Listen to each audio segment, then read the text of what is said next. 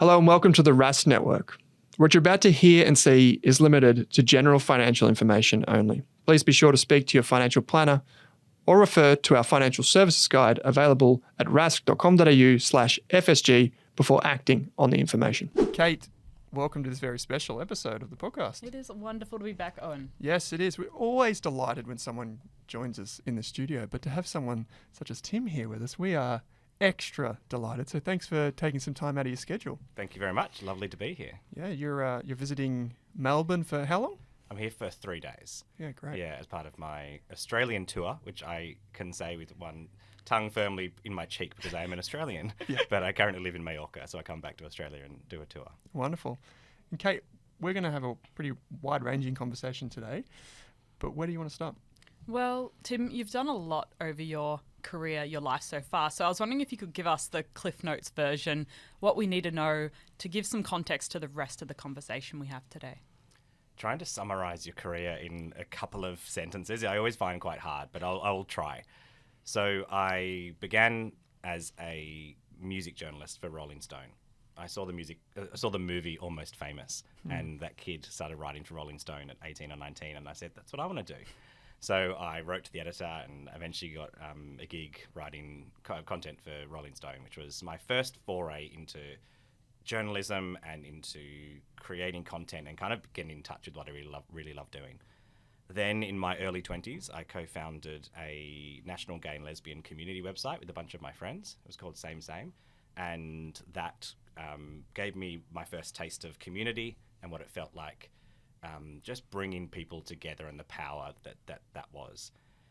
That company morphed over a few years and over the course of 15 years into a company called Junkie Media.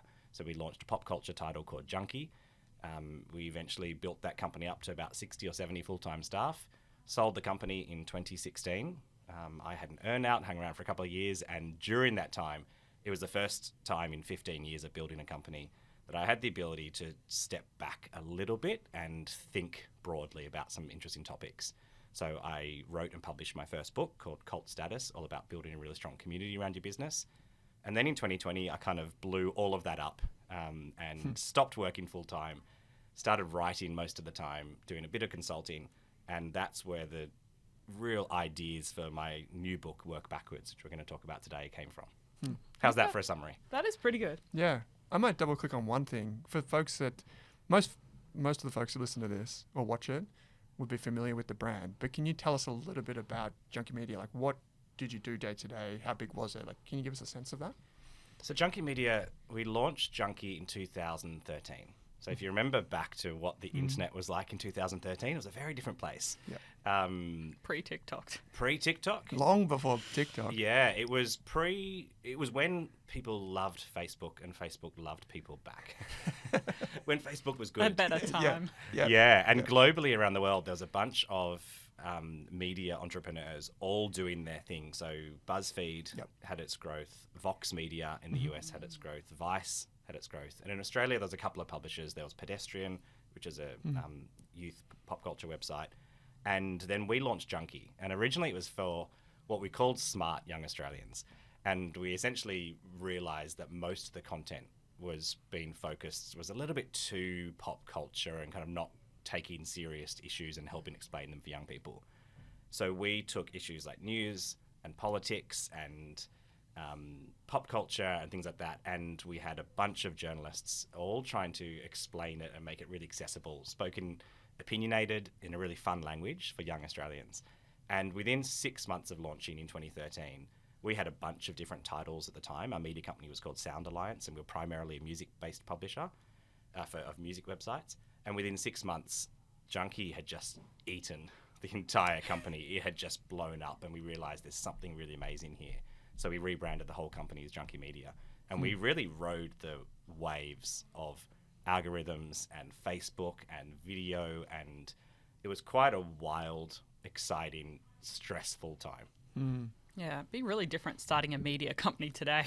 Yeah. It really is. Yeah, one of the things I do now is I pulled together a bunch of independent publishers that we call the Digital Publishers Alliance. And it's an industry body representing, it's now about 60 of us. Okay. And I chair that. And so I'm very close to seeing how difficult it is these days to run a media company. It's still exciting. There's still lots of opportunity, but it's just a lot more difficult because the way that you reach the audiences has changed. And if my career is a history, will continue to change. Yeah. As two people that work in quote unquote media through podcasts and what have you, we see that change even down to like months or years when algorithms change, how rapid, and sometimes it's benefiting us, and other times, more often than not, it's like we've got to react to a change, and we can see that play out daily. Yeah, I think the principle that I've always lived by is that good content will always find an audience. And it doesn't matter who the platforms are. And that's because I have lived these war stories from when we first launched the first website, same in 2005 or 2006. Twitter didn't exist. Facebook didn't exist in Australia. I think it started about 2004 in universities in the US. YouTube didn't really exist as it did. TikTok obviously didn't exist. So our job at that time was to get people to use our homepage as their homepage. Yep. So remember a concept of a homepage? Yep. Does that still exist anymore? I When don't even know if it you does. open up your browser and like whatever that page It's just that was. Google now, I think. It's just Google. Yeah, I think they've kind of eaten Taken up over. that whole thing. So that was very different. So I've ridden these waves up and down, and all I know and my only advice is that they'll continue to change. You can't predict what's going to happen, so you just need to go with it. And good content will always find a way to reach people. How did all of that experience lead to your new book, Work Backwards? What informed that, and what led you down that journey? Yeah, so after I wrote my first book in 2020, that to me was the first taste of me personally rediscovering journalism and writing and communicating through words, which is something I did in my early 20s when I was at Rolling Stone and a bunch of other publications. And then for 15 years, I hardly wrote at all. Just managing people? Managing people who wrote. Yeah. I think people would be familiar with you start off, you become really good at something, and then you get promoted and promoted and then promoted. Suddenly you're doing something completely different. Yeah, I spent my whole time doing cash flow, legals, and HR. Yep. Oh yeah, it's very exciting. that was what I was doing, and that was not what my skill set was. So first for me, it was reconnecting with that. Yeah. Then in around 2020, 2021, three big things happened in my life. The first was that I left my job after 15 years, and that to me was identity. I often joke that when I was at the pub on weekends, people thought my surname was from Junkie, because that's how I was introduced. And that doesn't matter if that was a Monday morning or a Saturday night, I was Tim from Junkie. So trying to find out who I was, who my identity was in that world, was difficult. The second thing that happened was COVID. This happened to all of us, where the world's largest global experiment on how we live and work was forced upon us without our will. And that made a lot of people, myself included, reconsider what we were doing and how we lived in our life. The third thing that happened was that my dad passed away. And my dad was probably the biggest, most important influence on my life. And I'm sure everyone listening has had, or the certainty is that you will have someone really, really close to you who you just adore pass away. And that was a bit discombobulating for me. It kind of threw me for six, and I didn't quite know what it was and how to deal with it. I went to grief counsellors and eventually turned it into a positive, because I'm an optimist, which is something I got from my father, and made me reconsider my values, who I am, was I happy, was I living the life I wanted to live. So that was all three things that all happened. And then I started to look around and realize that there was this, it wasn't just me, obviously the death part and the leaving job part was just me, but this idea that a lot of people were starting to reconsider their relationship with work had me starting to reconsider it. You said on a recent podcast, before you began your research, you had this kind of hypothesis, which is the happier you are, the better worker you'll be. How did that play out? Yeah, it's a bit counterproductive, isn't it? Yeah. Most people kind of think that the solution to getting more promotions and being more successful and getting more money is just to work harder. And if anything, the opposite of that is true. So if you want to be more successful, if you want to be better at your job, you actually need to work less. And that's really confronting for many people who have almost built work up sometimes to be a bit of a religion, and we sacrifice a lot on the altar of that. Yep. So I wanted to test that theory out first on myself, and that's how most of my books start. They start with an idea that I have, and then I wanted to speak to dozens of people around the world. So I jumped into a camper van with my husband in 2020. We originally drove as far as we could, which was the New South Wales border, because the rest of the country was shut. Yep. Then we drove all around New South Wales, and finally we drove into Victoria when it was open, and then up to the Northern Territory. And we spent about 6 months living and working from a camper van. It was hard. It was amazing. It's not for everyone. Then we spent 6 months living in Darwin as an experiment, because Darwin also was not affected by COVID at the time, as the rest of Australia was locked down. Then we came back to Sydney for another 6 or 12 months, and then decided to move overseas to Europe to be closer to my husband's Scottish family. And in doing that, we're trying to keep experiment on how many days a week should we work, where should we work from, how do we work, do we do it remotely, do we do hybrid? And that's the way that I view it at the moment. There's all these tools available to us, and I'm personally just constantly using different tools and figuring out what works for me. Are there any that worked for you or didn't work for you in particular? Great question. I think the ones that worked for me are ones that fit in with what I really value, and I really value autonomy and freedom. So things that allow me to do that and model a work and a life that is not tied to one location, allows me to travel and be flexible. What hasn't worked? I think working 100% remote is really, really difficult for most people. You lose so much out on real life conversations, talking to someone, looking them in the eye, having hard conversations in person, and not feeling alone and disconnected. So I think, this debate and this tension that we've had from in 2019, all of us predominantly worked 5 days a week in an office. If It didn't exist. It wasn't like back in the office when I was working somewhere in 2019, it was no one worked from home. There wasn't even a possibility. If you told your boss you were going to work from home, They're like, you're pulling a they would have said, you're skiving. You're like, you're taking the day off. Like, I don't trust you. Or it was seen, particularly by employers, as something that was not effective. Then in 2020, the pendulum probably swang a little bit too far. And I think employees had all of the power for health reasons, saying, I'm not going to catch the bus into work today because I don't want to catch COVID. I mean, in Melbourne, we weren't allowed to go into the city. You were forced to sit at home for a very long time. And then now there's this really fascinating tension. And it's the first time in our lives that we've had this tension from employer to employee. And that's amazing, because we're starting to figure out what works for us, and we have opportunities. And that is that's not just me considering how I want to live my life. That is everyone. If you look back at your life 5 years ago, 2019 to now 2024, your work life is probably very, very different. And that's amazing.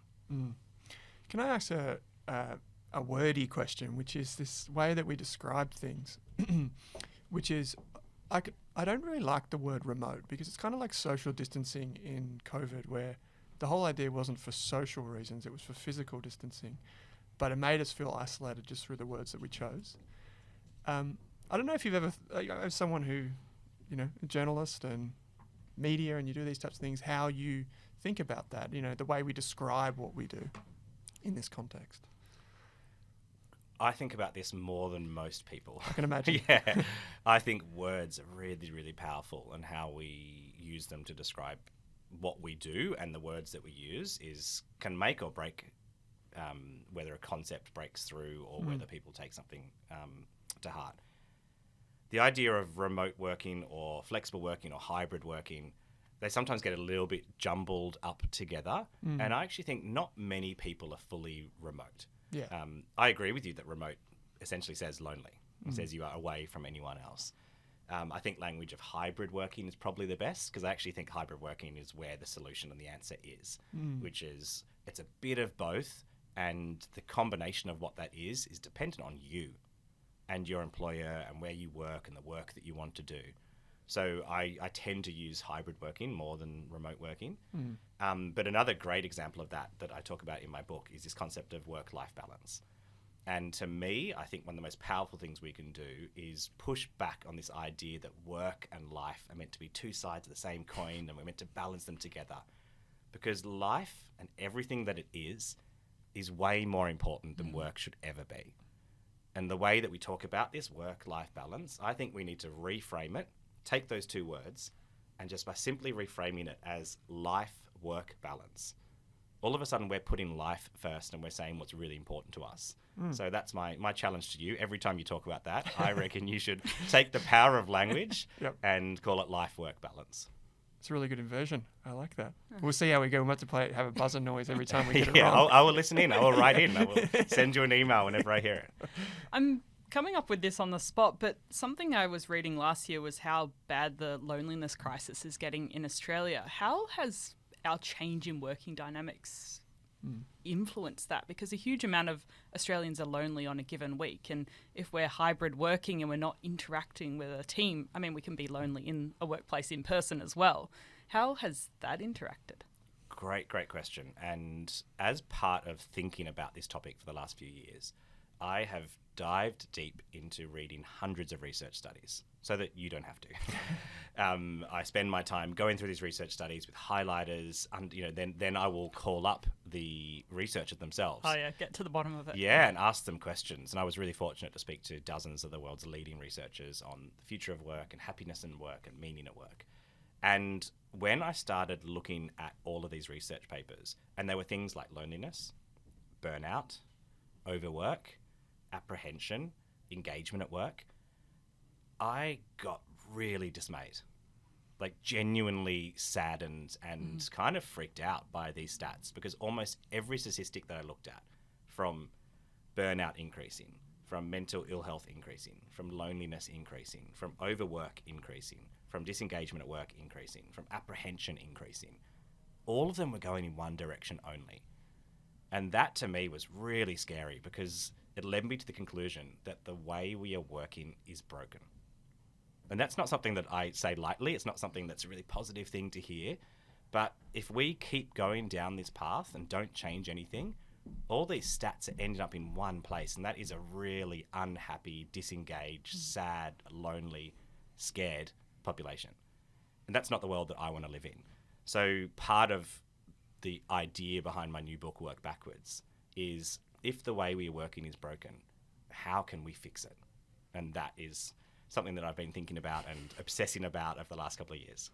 Can I change and just go into a total parallel universe right here and ask, how did you choose the publisher of your book? Because your background is media. We were both asking ourselves, we're just changing the topic, so I apologize for that. I'm just so curious. It's a burning question I had. I have been with the same publisher for my last 3 books. Okay. And it came about through originally a work contact when I was at Junkie Media. I knew one person in publishing, and her name was Lex Hurst, and she was the commissioning editor at Penguin Random House. And we used to run an event at Junkie, and it was called Junket. And besides the fun wordplay, it was this event where we would take 200 really interesting young Australians away, lock them together in a room, in a hotel in Canberra, and say to them, can you solve Australia's problems and the future of the world for us? We'll give you a weekend. I'm not joking. This was our big, slightly naive but amazingly idealistic proposition. Cool. And it was future prime ministers there, and there were CEOs, and there was influencers, and there was business people and social workers and teachers. And we all came together, and it was called Junket. It was one of the best things I think we did at Junkie. And it ran for 3 years. And Lex Hurst was the first curator of the first year was Jess Scully, who then went on to become the Deputy Lord Mayor of Sydney. I thought that name sounded familiar. Yeah, so she's a wonderful woman. And then Lex Hurst came in as the curator after that, because she was a book publishing house, and she just was really interested and knew all these really interesting people. So then a couple of years later, when I was thinking about writing a book, I called up the only person I knew in book publishing. I was like, Lex, I think I want to write a book. And she's like, oh, what's it about? And I explained what I wanted. And can I say, when you first pitch an idea for a book, well, this is my experience, It was so bad. The title was terrible. The angle was terrible. But Lex saw something in that. And so she said, let me have a look. And she called me up and she said, look, I've read through your book proposal. It's interesting. I see something in it. Have you heard about this new publisher that she had just left Penguin Random House and gone to a publisher called Pantera Press? Australian publisher, independent. They were quite small at the time. They've since grown now to maybe 20 or 30 people. They publish a small number of books every year. And to me, it was a bit like the Avengers, where they'd kind of like picked all these people from all over the publishing industry who were a bit disillusioned by some of the big publishing houses and just a constant churn of books. So she explained what it was, and she said, are you interested in publishing the book there? And I said, yes. And that was my first book a couple of years ago. And then now I published 3 books with them. They're a great Australian company. They've got a really amazing kind of social purpose. The books are printed here in Melbourne. Cover looks great. Cover looks great. I'm heavily involved in cover and all that kind of part of it. And that's what I love. I like that kind of bespoke thinking. Yeah, I just had to ask that question because of your background, but also because of what you do with publishers, media companies. I just felt like it would have been very deliberate. So we had an inkling that there would have been a story behind this. Yes, it wasn't just like, I just pitched it out and someone bought it. Yeah. No, I work really closely with them. I really like to think that it's a partnership. And I think that's kind of, I feel like I'm an extra staff member for them when it happens. And I love that because I want this book to reach as many people as possible. Absolutely, so whoever that's we do important. Yeah. Now, before Owen hijacked the podcast that was a good question. No one's asked me that very before. Random segue, we were talking about the future of, work being broken at the moment. And I think that leads to what can we do to fix it, maybe as individuals and also people that are running organisations as well. So there's a lot of problems with work. A lot of them are structural, inequality, problems like that. One book is not going to solve them. So I need to preface this by saying this is not going to be the book that is going to change, society, how society operates. But it might change one person's world. That's what it can do. I think it might not change society, but if one person can read this book and change sometimes large things and sometimes just really small things, then for me it's job done. So I think we as individuals have a lot more agency than we realise, especially when it comes to how we think about work, how we cognitively frame it, and the work that we actually do. So the whole concept behind work backwards is quite simple, which is challenging the traditional way that we think about our life and how work fits into it. So for most of us, we think about we get a job, and we get a job straight after school or after university or TAFE, and we don't think too much about what it is, that first job that we get. It's just We're something just desperate for something. Desperate for something. You fall into it. It might be close to your house. It might be through a family friend. It might be through an uncle who gives you an introduction somewhere, whatever it is. So you get this job, then the job gives you a salary, and you have no say of what that is. Someone says, great, you're a little bit desperate. Here's a job. Here's $50,000. Go and live your life. Then we live our life based on what is left over from that. And that cycle that starts sometime in our early 20s normally just gets repeated and repeated. Because you're anchored to that salary. You have to keep finding the job that gives you the next. Totally. You build your lifestyle based around kind of what that salary is. And there's a couple of things at play here. One is lifestyle inflation. So the idea that our lifestyle just keeps going up no matter how much salary we have, and we feel like we're in the same position but just with slightly nicer things. And the second thing is what researchers call the work and spend cycle, which is where you work hard in order to get money, and then you spend it, and then you need to work hard in order to pay off the credit card, and around it goes. And to me, that's the default mode of living. Most of us do this without thinking. It's a treadmill we get on, and if we're lucky, we get off it at 65, and then we jump into, okay, now I'm going to live my life. And by then, your knees have gone, your health is starting to kind of come into play, and you've kind of spent 40 years of your life just getting to this finish line. And so the concept of work backwards says, instead of thinking about work and then money and then life, flip it around. Think about life first. What do you want? What is important to you? What do you actually care about? Then figure out how much money you need to live that life. And then and only then think about not only what job you should do, but also how you can craft the current job that you're in using all the tools we have available to us to have an outcome that satisfies the life that you want. So it's a really kind of simple way of flipping around the way we think about work and life. A lot of people early on, even before their working life, they influenced or make decisions based on what that, that steady state will look like. Their parents influence them to say, doctor, lawyer, the list goes on, be an accountant, these types of things.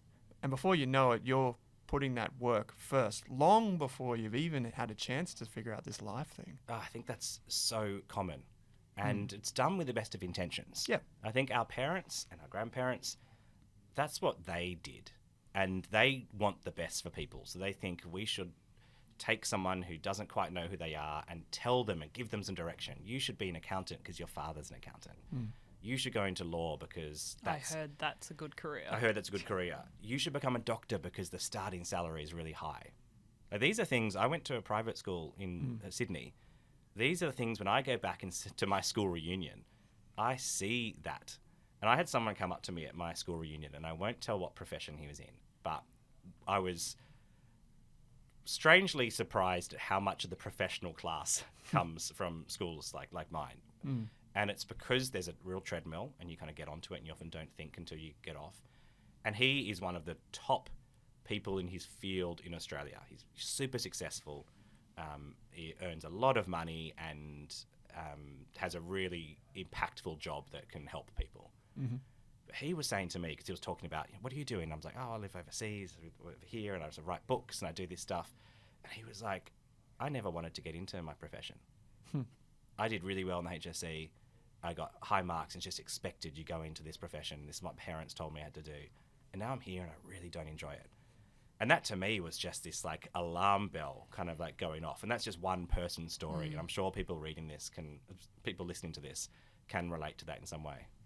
I always hate that question, what are you going to do after you finish school? Or what are you going to do after you finish this degree or this course? Because it really forces you to quickly pick something and then suddenly you've committed to an idea without exploring all of the different options and trying different things. I feel like that question, we could come up with so many better questions to ask people in our lives. Very much so. And I think also normalizing the fact that, you asked me at the start to give me my Cliff's Notes of my career.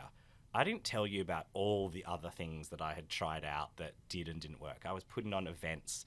I was I don't even know what the term for this was, but like a trend hunter for a company in London where I would kind of like spot trends. I was a journalist. I went into advertising agencies straight out of school into the mailroom and ad agency to see if I liked that. I tried out so many different things before landing on what I now see as a common thread, but I still am trying out different things. I haven't figured out life. I don't think any of us do. But what I have figured out is what my core values are, what's really important to me. And in the book, I call them anchors.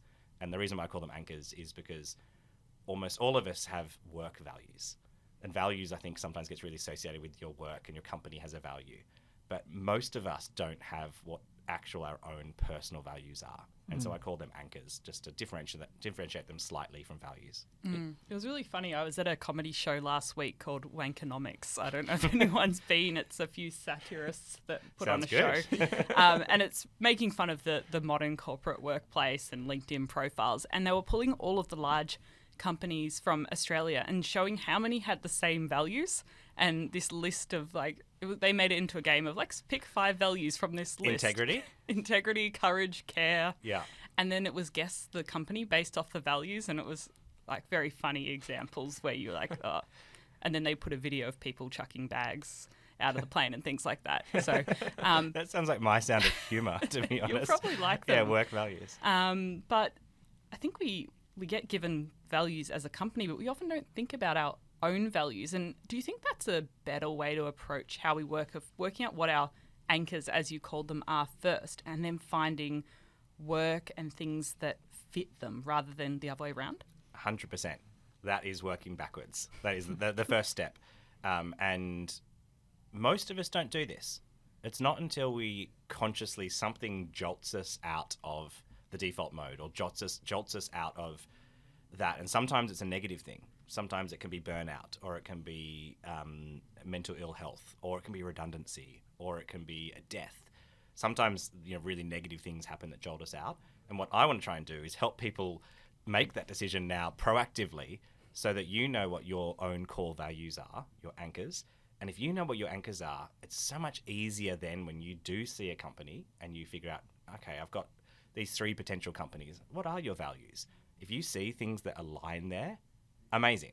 Like it's not going to be, sometimes what a company says its values are and what it does can be different.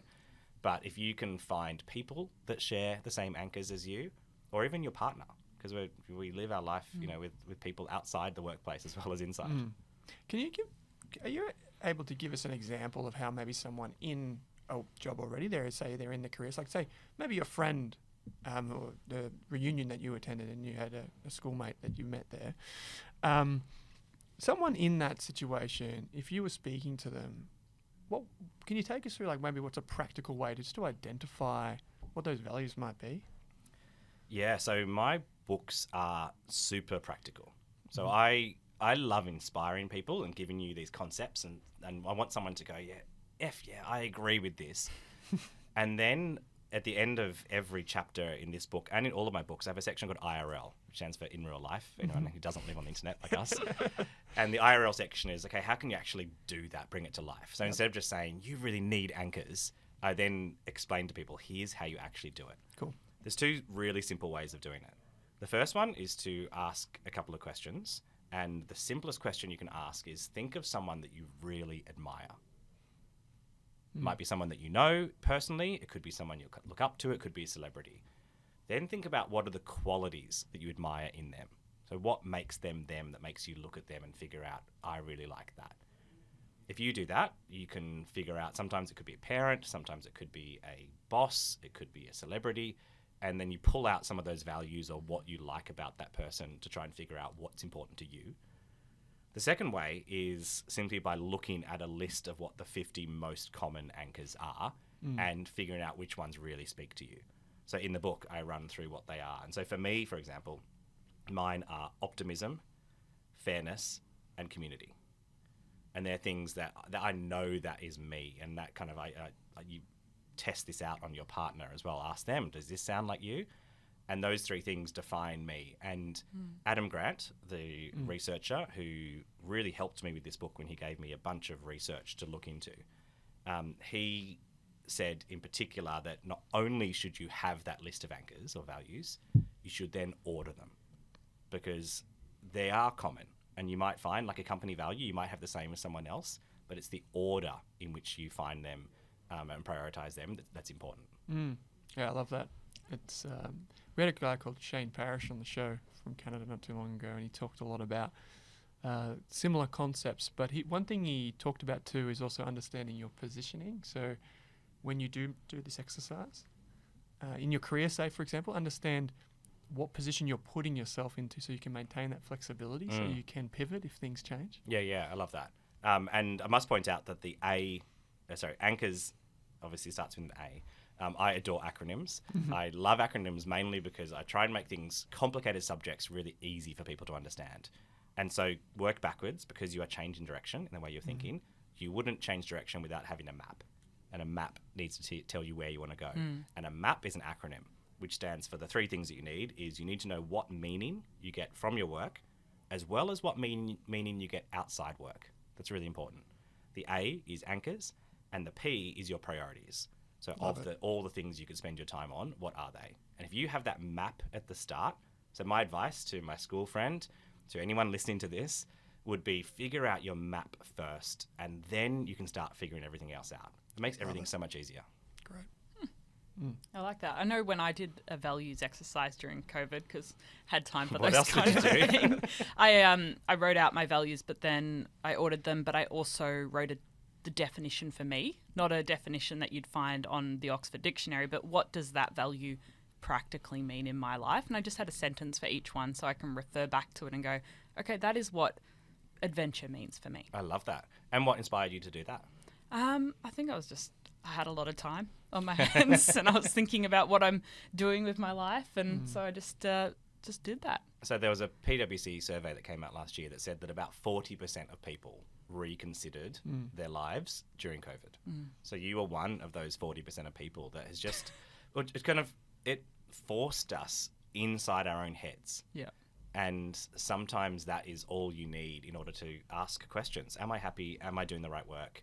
But they're not only big questions. I think sometimes you can get lost in thinking that in order to do this, you need to change your life completely. You need to leave your job of 15 years and go and live in Mallorca. That's not for everybody. I had a message from someone who read this book. So the book has been out now for almost 2 weeks. And that's long enough for some people, some very eager people to start reading it and send me messages. And I'm just adore the feedback I've been getting. So one woman who messaged me and said that she worked in a gallery, an art gallery, and she went to her boss after reading this book and figuring out all the small changes you can make that could have a big impact, and asked that instead of closing at 5 o'clock, could they close at 4 o'clock every day? No one really comes in. They can save electricity. They can do that. And she asked to not change her salary. And instead, the boss agreed to it because he thought it was a great idea. She now gets back a couple of hours a week. Not only has her hourly rate gone up, but she can leave at 4 o'clock every day while the sun's still out and can go and do things that she loves doing. And all because she read this book, which essentially says we need to be working less and being smart with our time. And that is an example of like a really simple change that anyone can do. I think that's good to talk about, because a lot of these conversations, when we're talking about happiness and work and meaning in our lives, they do bring up those questions of, well, that would be nice if I had the money or the financial resources to do those kind of things. And I could do it if I had $100,000 in the bank account, or if I had a really secure job, or, I mean, people will come up with any possible reason why something might not work for them. How do you think about money in this whole conversation of working backwards? Yeah, I think the first thing to do when you get confronted with something that can be hard to think about. So these are kind of big topics. I had another reader who told me that they booked in time to see their therapist after reading some of this book because it talks about work and identity and how close combined those things are. So there are some big topics here, and I think the tendency sometimes is to look for the reasons why it couldn't work for you, as opposed to just thinking through what's like some small change that you could make. I think money is a really fascinating part of this, and originally, when I sat down to write this book about work, it was about work. It was about the future of work. It was hybrid working and 4-day work weeks. And the more I started to write about it, the more I realized that I actually can't remove work from money, and I can't remove work from life. Like, work is a part of life. It should not be the most important part of your life. So money became this really interesting topic, and I spoke to lots of financial experts, and I spent some time in Finland because they are the world's happiest country. And they're happy not because they're all kind of wildly optimistic and they run around with smiles on their face. They're happy because they're really content with what they have. So the second step in this, the first step is to create a map, as I spoke about. The second step out of 3 in this book is to know your enough. So know what enough is for you. And that is so personal. So I'm not, we're talking about money, and one thing I kept on saying to my publisher is like, I'm not a financial advisor and expert. Like, it came down, though, to realizing what enough is for you, and what that is for me is very different from you, very different for everyone listening to this. But knowing what that is, all of a sudden makes it easier for you to figure out how much money you need. And that's very dependent on whether you have a large family, whether you have large mortgages, whether you don't have that and can live a relatively frugal life. But once you know what enough is for you, you can then determine how much money you actually need to live. So for me personally, I'm in a very privileged position. I've sold several businesses, and that, to me, that money, I have not spent it since I've sold Junkie Media and some other things. I have not bought a new house or a car. A super yacht, anything like that. That money for me is about buying a lifestyle and buying freedom for me to be able to do the things I want to do. And so it's sitting in a bank, it's owning investments, it's in different sorts of things that my financial advisor helps me put money into. But that is designed because I know what enough is for me, and I also know what is exciting for me and what turns me on. And what turns me on is freedom and the ability to be able to do what I want to do. And that, to me, is way more important than a house with more bedrooms or new cars. But that's a personal thing for me. Yeah. And I reckon that's, once again, this book is not about how to do what I've done. It is just about how to learn some of those lessons to help anyone know what enough is for them. Did anything, through your research, did anything surface from speaking with people who do make those trade-offs, any type of literature or research that you came across and maybe you thought that was really interesting in terms of people that have made what they would seem up front to be quite a difficult choice to make in terms of trading away money for the lifestyle? I think it might seem like a difficult choice to start with, but if you're trading it away for a life that you want to live, I spoke to dozens of people in this book, from bakers in Glasgow through to a TikToker who has this really amazing life. Used to be an accountant, then started making TikToks and is making millions of dollars doing that, through to tradie in West Virginia. So all these really interesting people. And the common thread that they had was that most of them had figured out what was important to them. And for some of them, money was still an important factor. And this is not some Pollyanna world we're living in where we can say that, wouldn't it be nice if money didn't exist and we just kind of all lived out our passions. For some people, money is still really important. But for other people, the simplicity of trading that off for something that was less shiny and less expensive, when I spoke to some of these people, you could hear in their voice how happy they were and how much they had kind of felt like they had seen the light. So I think it really depends on the person. Yeah, I love that. We do some group workshops, Kate and I, every now and again, and one of the things that we get people to do is what we call design their perfect Tuesday, where they just sit down and talk about what they would do on an average day, how they would spend it if they could. What do they say? It's interesting. They say all types of things, but I don't know, Kate, maybe I'll let you go after this, but we also do it on their Saturday as well. So they got their Tuesday and their Saturday. So typically a working day and a home day, if you like. And what I would say the big picture stuff is most people are really, really close to how they would imagine their ideal life.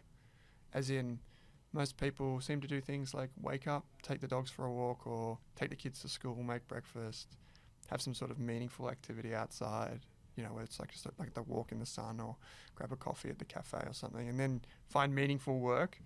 It's probably usually just working a bit less, so probably, keeping the hours more contained between 10 and 4 or something like that, and having more time in the morning and in the evening with friends and family, and working on projects or reading or doing things like that. So I think the purpose of us doing that exercise is to point out to people that what their ideal Tuesday and what their current Tuesday, they're not too far apart, and maybe there's some small changes they can start making now without quitting their job and running away.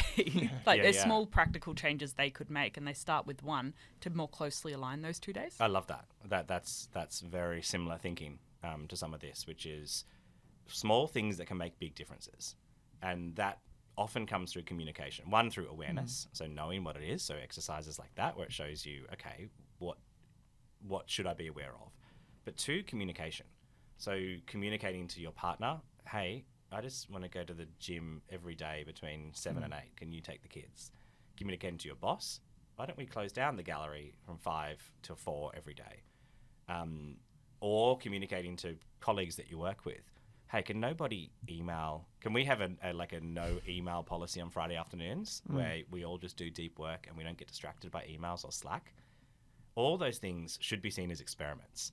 And I think that's the best way of approaching all of this. We're living in this kind of slightly wild new work world. And all of these things, every change that you do, make it an experiment. And I feel like that's a way of, when I'm the hugest proponent of 4-day work weeks. I think it's probably the biggest tool that we have to reset as a society how we think about work. And I've been doing a bunch of talks at the moment on a tour, and people often put their hand up and say, how can I get my boss to agree to a 4-day work week? And the simplest thing that I say is position it as an experiment. So go in there and say, we know that this is the way we've traditionally worked for the last 100 years, but can we do an experiment for 3 months? This is what we want to measure. This is how we're going to do it. In the book, I've done this experiment with a bunch of different workplaces, and here's the questions you should be testing when you do this. And I spoke to a guy called Andrew Barnes, who is the global architect of the 4-day work week movement around the world. He's helped tens of thousands of companies do this. And their research shows that companies that do that experiment, 93% of them continue it long after that. And that is because it is so much better for the worker. Mental health issues go down. Burnout goes down. All of these things that I saw going up, if we move to a 4-day work week, and generally that is a 100-80-100 model, which means 100% of the output for 80% of the time and for 100% of the pay. So the pay doesn't change. And what does change is we realize there's probably about 20% faff in our life that we can get rid of that doesn't actually affect productivity. And the output of that is that humans and workers and the company is so much more engaged, and retention goes up, and all these kind of amazing things happen. So that is a perfect example of an experiment that I think everyone should really consider. Can I ask a follow-up question? So we have a pretty fast and loose workplace culture here at Rask. I couldn't tell you where anyone is at any one time. We try and time block and use our calendars, but at the end of the day, we're fully distributed, so I don't really care where anyone is. They could be at the cafe, they could be on a boat, whatever works for them.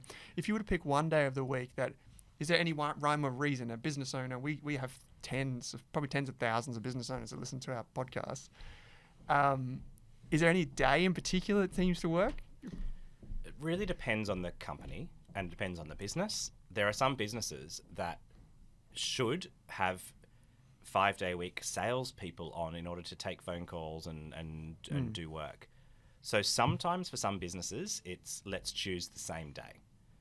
There is a real benefit in that.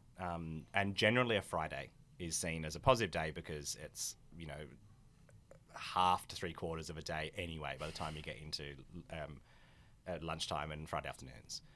But that's not perfect for everyone. There's a real benefit in what researchers call collective time off, which is if everyone has time off at the same time. And the research I saw in that is things like retirees who don't work at all, their happiness goes up on Saturdays and Sundays because other people also have time off to do things with them. Yeah, their family probably can't visit them just during the weekday. Yeah, so there's something really beneficial about having collective time off. So if there's a day that works, that's amazing. But there's also ways of doing it that you can still have people in 5 days a week or answering the phones or doing sales, but maybe their hours differ. So maybe people finish at 3:00 every day over 5 days, or maybe some of the departments work Tuesday to Friday and other people work Monday to Thursday. It's figuring out what works, not being afraid to change it if it doesn't work, and testing. Some companies I spoke to, particularly bigger companies, when you've got different departments, so someone might be in manufacturing, someone in sales, someone in finance, they're going to have completely different schedules. So forcing all of them to all take a Friday off is probably not the solution when you've got different departments. So I think it's just figuring out what works and testing it. Yeah, I like that.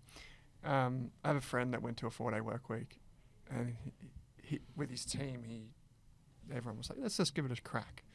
And they went to it, and he actually loved it. He still worked 5 days a week because he's like, Fridays are my day for the business, so to speak. Like, I can just sit here. I've got no one messaging me. I can just sit here and work on the business, and then I can walk away from my desk knowing that I'm not going to walk back and there'll be 50 things that I've got to get to. 100%. And he used that as his planning day.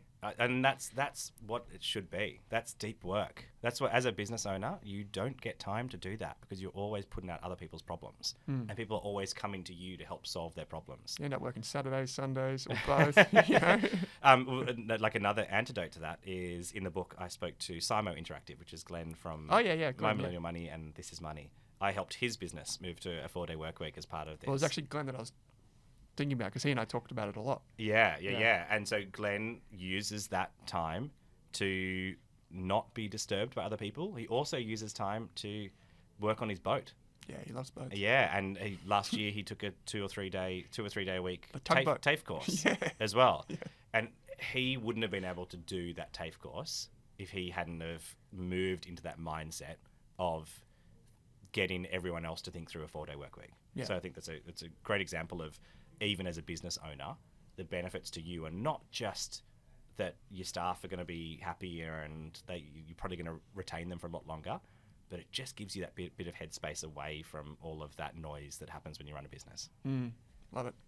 Now, if we zoom out to finish this conversation, you're someone who is very optimistic about life and the future. We've talked about some challenging ideas today, but you've also brought a lot of solutions and things that people can try and experiment with.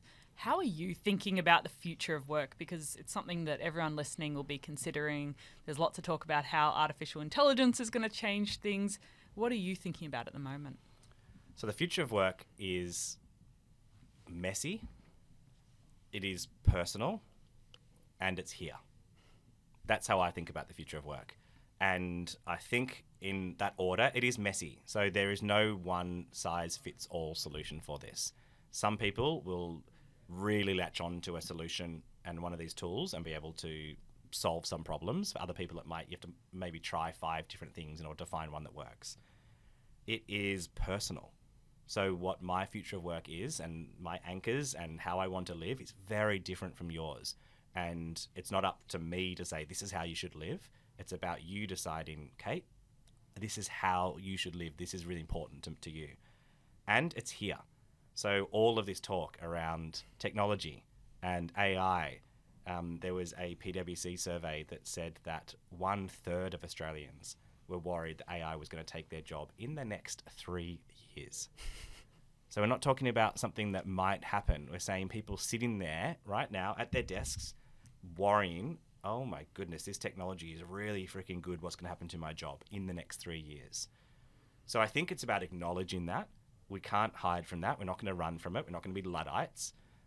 Embracing it, understanding how you can use it, and realize that potentially my job might be at risk, but there could be another opportunity on the other side on how you train AI, how you work with it, how you supercharge what you do. However, when talking about AI and technology, it is also really important that we don't just fall into this productivity trap where AI is here and it does this amazing thing that used to take us 7 hours, now it takes me 7 minutes. What else am I going to do next? I actually think that AI is probably one amazing opportunity, and this is my optimistic side because I am an optimist, is amazing opportunity for us to potentially get back some time as humans that we should spend on things that are really important to us. So if AI can do something that would have taken us 7 hours, instead of just thinking, how can I keep working for those 7 hours, potentially think, maybe I'm going to take some of those hours and leave work early, go spend time with my kids, go skiing if I love doing that, figure out what is really important to me and use AI as a tool to reclaim some of our life back from work. That's so important, particularly for freelancers. I feel like that's a big challenge for you, Owen. You'll automate something and then you'll find a new task to take on. I've been doing that for 10 years now. But leverage, personal leverage is what I turn it into. So, as in, I've taken, so many years ago, long before GPTs and all that sort of stuff came out, we've automated so much of what we do at Rask, which is why people, even this week, were asking me, how do you do so much with so little? And I saw it as early days, I saw it as an opportunity to do more, which now I'm probably thinking, probably don't need to do any more, to be honest. And just knowing that limit is really important. Yeah. Making AI work for us. And it's not to say that you get one job that's going to do your entire job and you sit there and say, right, I'm going off to the pub. That's not the point of this. But I think it's just knowing that there is a potential for a productivity trap here, which is if we just keep going and keep going, we then can do 1,000 different things, but the pressure on us just keeps building. So knowing what enough is. We might ask one final question in just a moment. But before we get to that, where can people go to find the book? There will be a link in the show notes, but where is the best place for people to go? The simplest place is workbackwards.com. Workbackwards.com. Is it available in audio version? It is, yes. I narrate the audiobook for 8.5 hours. People can listen to my dulcet tones. I've been doing that over the last week. Yeah, lovely. Oh, nice. Yeah. Lucky you. It was very nice. Good voice. It's my third audiobook that I have narrated, and it doesn't get any easier. Good to know. Kate, final question.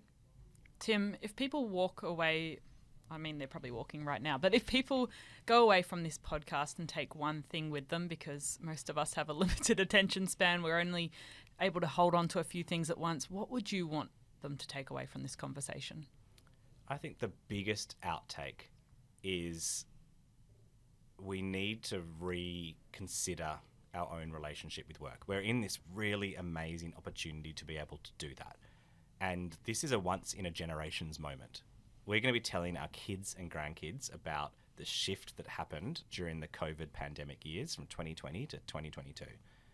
And if we don't take hold of this moment, I worry that we're just going to continue on the same default path to sadness and unhappiness and all those negative things. So my one takeout is don't waste this opportunity. I think it was a really horrific time for many people, and there were some really positives that came out of it. And so if you can rethink how you work, take some of these tools and live a life that's more fulfilling and enjoyable. Wonderful. Well, Tim, thank you. You've got a very busy schedule. We were looking at your travel hacks before this. You were giving them away for free, which was wonderful. We really do appreciate you taking some time out today to join us in the studio. Awesome. Thank you for having me. And as always, Kate, thanks for joining me. Thanks for listening, everyone.